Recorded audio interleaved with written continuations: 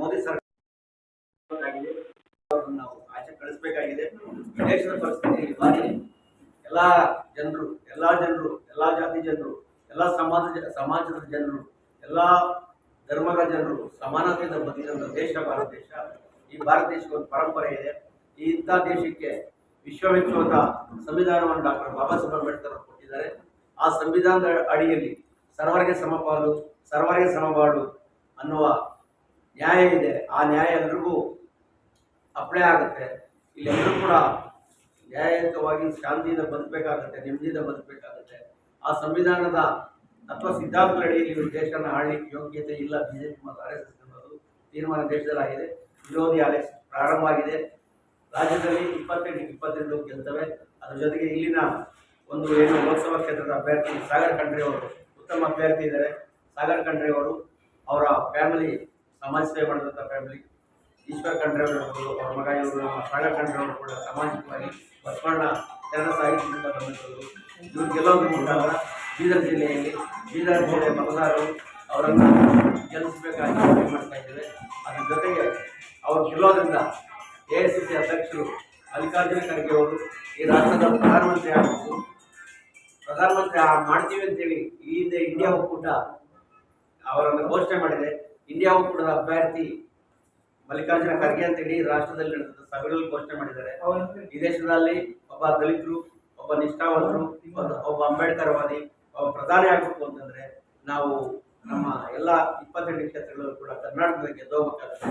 ಆ ಕಾರಣಕ್ಕಾಗಿ ಇವತ್ತು ಬೀದರ್ ಲೋಕಸಭಾ ಕ್ಷೇತ್ರದಲ್ಲಿ ನಾವು ಕರ್ನಾಟಕ ದಲಿತ ಸಂಘರ್ಷ ಸಮಿತಿ ನಮ್ಮ ಜಿಲ್ಲಾ ಶಾಖೆ ವತಿಯಿಂದ, ನಾವು ರಾಜ್ಯ ಸಮಿತಿ ವತಿಯಿಂದ ನಾವೆಲ್ಲ ಮತದಾರರನ್ನು ಮನೆ ಮಾಡ್ತಾ ಇದ್ದೇವೆ. ಶಾಂತಿಯುತವಾಗಿ ನಮ್ಮ ಹಕ್ಕು, ನಮ್ಮ ಓಟು ಇಂಡಿಯಾ ಒಕ್ಕೂಟದ ಕಾಂಗ್ರೆಸ್ ಅಭ್ಯರ್ಥಿ ಸಾಗರ್ ಖಂಡ್ರೆ ಅವರಿಗೆ ಹಾಕಬೇಕು. ಸಾಗರ್ ಖಂಡ್ರೆ ಅವರನ್ನು ಅತ್ಯಧಿಕ ಬಹುಮತದಿಂದ ಗೆಲ್ಲಿಸಬೇಕು ಅಂತೇಳಿ ನಾವು ಈ ಮೂಲಕ ಮನವಿ ಮಾಡ್ತೇವೆ. ಮಾಡ್ತಾರಂತೆ ಖರ್ಗೆ ಅವರಿಗೆ ಪ್ರಧಾನಮಂತ್ರಿ ಮಾಡ್ತಾರೆ ಅಂತ ನಾವು ಹೇಳ್ತಾ ಇರೋದಲ್ಲ, ನಮ್ದು ಕೂಡ ಒಂದು ಮನವಿ ಇದೆ. ಹಿಂದೆ ಇಂಡಿಯಾ ಒಕ್ಕೂಟ ಅಲ್ಲ, ನಾನು ಯಾಕೆ ಈ ಮಾತು ಹೇಳ್ತಾ ಇದ್ದೀನಿ, ಕರ್ನಾಟಕದಲ್ಲಿ ಅವರು ಗೃಹ ಸಚಿವರಾಗಿ, ನೀರಾವರಿ ಸಚಿವರಾಗಿ, ಶಿಕ್ಷಣ ಸಚಿವರಾಗಿ ಸಾಕಷ್ಟು ಅಭಿವೃದ್ಧಿ ಕೆಲಸಗಳನ್ನು ಮಾಡಿದ್ದಾರೆ. ಅದು ಇಡೀ ರಾಜ್ಯಕ್ಕೆಲ್ಲ ರಾಷ್ಟ್ರ ಗೊತ್ತಿದೆ. ಅಷ್ಟೆಲ್ಲ ಆದರೂ ಸಹ ಅವರು ಯಾವಾಗ ಮುಖ್ಯಮಂತ್ರಿ ಆಗುವಂಥ ಸಂದರ್ಭ ಬಂದಾಗ ನಿಮ್ಮ ಪಕ್ಷದವರೇ ಏನದ ಅಂದ್ರೆ ಅವರನ್ನ ಬಹಳ ಕಟುವಾಗಿ ಟೀಕಿಸಿದರು. ಅದಕ್ಕೋಸ್ಕರ ಏನದಂದ್ರೆ ಅವ್ರು ಅನಿವಾರ್ಯವಾಗಿ ಅವರಿಗೆ ಪಾರ್ಲಿಮೆಂಟಿಗೆ ಕಳಿಸುವಂತಹ ಒಂದು ಹುನ್ನಾರ ಕೂಡ ನಡೀತು. ಇಲ್ಲಾಂದ್ರೆ ಅವರು ಈ ರಾಜಕಾರಣದಲ್ಲಿದ್ದರೆ 100% ಇವರು ನಮಗ ಮುಳ್ಳಾಗ್ತಾರ ಅನ್ನುವಂಥ ಕಾರಣಕ್ಕಾಗಿ ಅವರಿಗೆ ಪಾರ್ಲಿಮೆಂಟ್ಗೆ ಕಳಿಸಿದ್ರು. ನಿಮ್ಮವರೇ ಒಳಸಂಚು ಮಾಡಿ ಅವರಿಗೆ ಚುನಾವಣೆಯಲ್ಲಿ ಸೋಲಿಸಿದ್ರು. ಹಿಂದೆ ಬಾಬಾ ಸಾಹೇಬರಿಗೆ ಹೆಂಗೆ ಸೋಲಿಸಿದ್ರು ಹಾಗೆ. ಇವಾಗಂತೂ ಚುನಾವಣೆಗೆ ನಿಂತಿಲ್ಲ, ರಾಜ್ಯಸಭೆಯ ವಿರೋಧ ಪಕ್ಷದ ನಾಯಕರಾಗಿ ಕೆಲಸವನ್ನು ಮಾಡ್ತಾರೆ. ಆಮೇಲೆ ಈ ಒಂದು ತವರು ರಾಜ್ಯ ಅವರು ಇರೋದ್ರಿಂದ ನೀವು ಅಂದಂಗೆ 28 ಕ್ಷೇತ್ರ ಗೆದ್ರೂ ಸಹ ಅವರನ್ನು ಪ್ರಧಾನಮಂತ್ರಿಯನ್ನಾಗಿ ಮಾಡ್ತಾರೆ ಅಂತ ನಾನು ಹೇಳ್ತೇನೆ. ನಿಮ್ಮ ಅಪೀಲು ಕೂಡ ನಮ್ಮ ಅಪೀಲು ಆಗಿದೆ. ನೀವು ಹೇಳೋದ್ರಿಂದ ಅವ್ರ ನೋವು ಅರ್ಥ ಆಗಿದೆ, ಅವರಿಗೆ ಅನ್ಯಾಯ ಆಗಿದೆ. ಅದನ್ನ ಮೊದಲೇ ಹೇಳ್ದೆ ಬಂದಿದ್ದೇವೆ. ಅದು ಅವರ ಪಕ್ಷದ ಕಾಂಗ್ರೆಸ್ ಪಕ್ಷದ ಆಂತರಿಕ ವಿಚಾರ. ನಾವು ದಲಿತ ಸಂಘರ್ಷ ಸಮಿತಿಯಿಂದ, ಜನಪರ ಸಂಘಟನೆಯಿಂದ ನಾವು ಮನವಿ ಮಾಡಿದ್ದೇವೆ. ನಾವು ಮನವಿಗೆ ಅವರು ಹೋಗ್ಕೊಟ್ಟಿದ್ದಾರೆ, ಅನೌನ್ಸ್ ಮಾಡಿದ್ದಾರೆ. ಖರ್ಗೆ ಅವರನ್ನು ಪ್ರಧಾನಮಂತ್ರಿ ಮಾಡಿದ್ದಾರೆ, ಮೊದಲೇ ಅನೌನ್ಸ್ ಮಾಡಿದ್ದಾರೆ. ಅದಕ್ಕೆ ನಾವು ಬೆಂಬಲವಾಗಿ ಅವರೇ ಪ್ರಧಾನಮಂತ್ರಿ ಆಗಬೇಕು ಅಂತ ನಾವು ಹೇಳಿದ್ದೇವೆ. ಸೊ ಆಗ್ಬಿಟ್ರೆ ಒಳ್ಳೆ ದೇಶಕ್ಕೆ, ನಮ್ಮ ಭಾರತ ದೇಶಕ್ಕೆ ಭಾರತ ದೇಶದ 2ನೇ ಕನ್ನಡಿಗರು ಕರ್ನಾಟಕದಿಂದ ಪ್ರಧಾನಮಂತ್ರಿ ಆಗಲಿಕ್ಕೆ ಅವಕಾಶ ಆಗ್ತದೆ.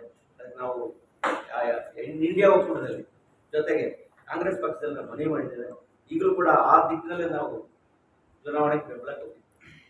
ಯಾವ ಜಿಲ್ಲೆ ಹೋಗಿದ್ರಿ ಸರ್ ತಾವು? ಯಾವ ಜಿಲ್ಲೆಗೆ ಹೋಗಿದ್ರಿ? ನಾವು ಈಗ ಇಡೀ ಕರ್ನಾಟಕ ಜಿಲ್ಲೆಗಳ ಸುತ್ತಾಡಿದ ಫಸ್ಟ್ ಸೆಲೆಕ್ಷನ್ ಎಲ್ಲ ಮಾಡಿದ್ವಿ. ಮೈಸೂರು, ಕೋಲಾರ, ಚಿಕ್ಕಬಳ್ಳಾಪುರ, ಮತ್ತೆ ನಮ್ಮ ತುಮಕೂರು, ಬೆಂಗಳೂರು ಉತ್ತರ ದಕ್ಷಿಣ, ಮೈಸೂರು, ಹಾಸನ, ಚಿಕ್ಕಮಗಳೂರು, ಕೊಡಗು ಎಲ್ಲ ಆಗಿದೆ. ಈಗಿನ ಇದರಲ್ಲಿ ಬಾಗಲಕೋಟೆ, ರಾಯಚೂರು, ಕೊಪ್ಪಳ, ಮತ್ತೆ ನಮ್ಮ ಗುಲ್ಬರ್ಗ, ಈ ಬೀದರ್ ಇವೆಲ್ಲ ಮುಗಿಸಿ ಬಂದಿದ್ದೀವಿ. ಎಲ್ಲ ಕಡೆ ಪ್ರವಾಸ ಮಾಡಿದ್ದೇವೆ. ಎಲ್ಲ ವಾತಾವರಣ ಇದೆ, ವಿರೋಧಿ ಅಲೆ ಇದೆ.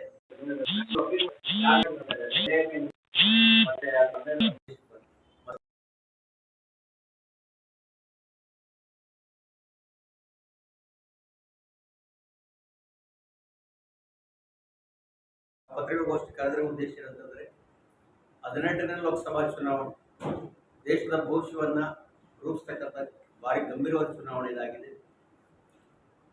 ಅಂಬೇಡ್ಕರ್ ಕೊಟ್ಟಂತ ಮತದಾನ, ಅಂಬೇಡ್ಕರ್ ಕೊಟ್ಟಂತ ಓಟಿನ ಹಕ್ಕು ಸದ್ಬಳಕೆ ಆಗಬೇಕು, ದುರ್ಬಳಕೆ ಆಗಬಾರ್ದು ಅನ್ನೋ ಕಾರಣಕ್ಕಾಗಿ ಈ ದೇಶದಲ್ಲಿ ಸುಮಾರು 10 ವರ್ಷದಿಂದ ಬಿಜೆಪಿ ಮತ್ತು RSS ನೇತೃತ್ವದ ಮೋದಿ ಸರ್ಕಾರ ದೇಶದ ಎಲ್ಲ ರಂಗದಲ್ಲೂ ಸಂಪೂರ್ಣ ವಿಫಲವಾಗಿದೆ.